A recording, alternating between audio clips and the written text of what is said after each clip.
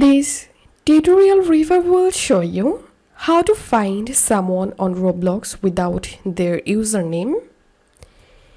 If you view someone Roblox profile and now you can't remember the account username, but you want to add them or you want to find them, the easiest way to do that is open your browser and open your Roblox and open your search history by pressing Ctrl H.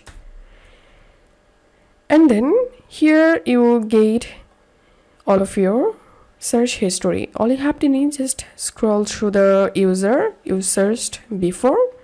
So here's the one. I'm going to clicking on the search history, and as you can see, I got the account here. So this is how we can do it. If you find this video helpful, don't forget to subscribe Tutorial River. See you in the next video.